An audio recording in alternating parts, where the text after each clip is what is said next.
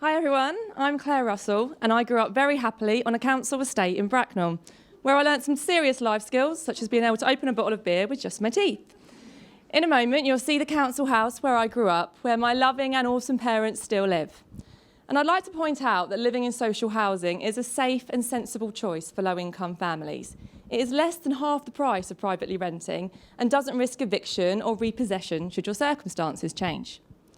Now, it wasn't until I stepped outside of Bracknell to attend college that I realised people judged where I came from. It wasn't nice, it was belittling, and it made me question things that naively I'd never questioned before. It took many years for it to dawn on me that I was disadvantaged. I mean, me, happy, healthy, able-bodied me, unlike others living in social housing, I'd had it pretty easy and couldn't see how my upbringing was anything but positive. The news that I didn't have a fancy accent and I hadn't been schooled in the right places or have contacts in the right places all seemed to be holding me back. And the fact that I'd never skied and thought the Beefeater was a fancy restaurant didn't seem to bode too well for me either. So what did I do when I thought people were looking down on where I came from? I got in there and took the piss out of myself first, of course. Yeah, original chav me. Nah, you weren't heard of my school. It was a right shithole. You get the idea. But inside, I'd be distraught. I envied their ivory towers and how wonderful it must feel to come from a place that you are unashamedly proud of. So this made me even more determined, and I was going to create a life for myself that I too could be proud of. And I did just that. I married my fellow council crafts graduate, Danny, it's over there. And I juggled a career in creative advertising whilst growing two beautiful children.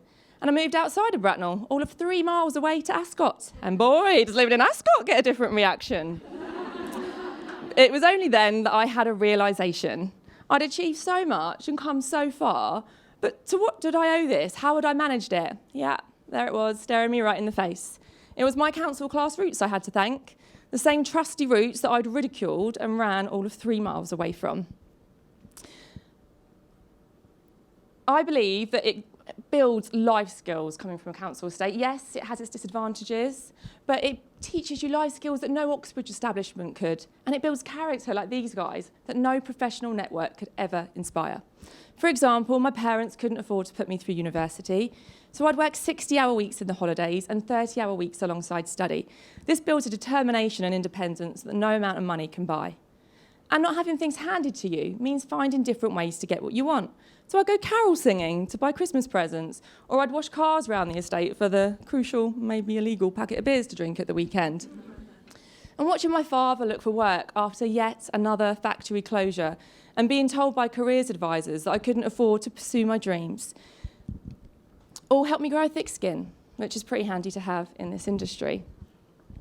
It's these attributes that have led me here to this very privileged position I'm in today, where I'd like to take the opportunity to make others realise that they should be wholeheartedly proud of wherever they come from, be that an ivory tower or a tower block.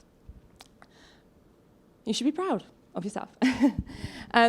I think that together we have the opportunity to smash through these class barriers, be that through investment in underperforming schools, more open and available work experience, or a commitment to socially diverse recruitment.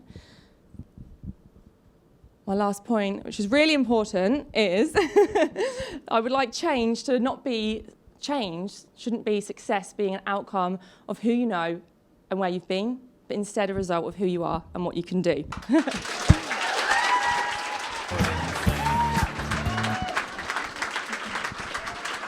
I am so proud of everyone, but I want to give a special shout out to Florence, who made tonight happen, all the logistics. And of course, to our good friends at Google, we're so grateful to be here.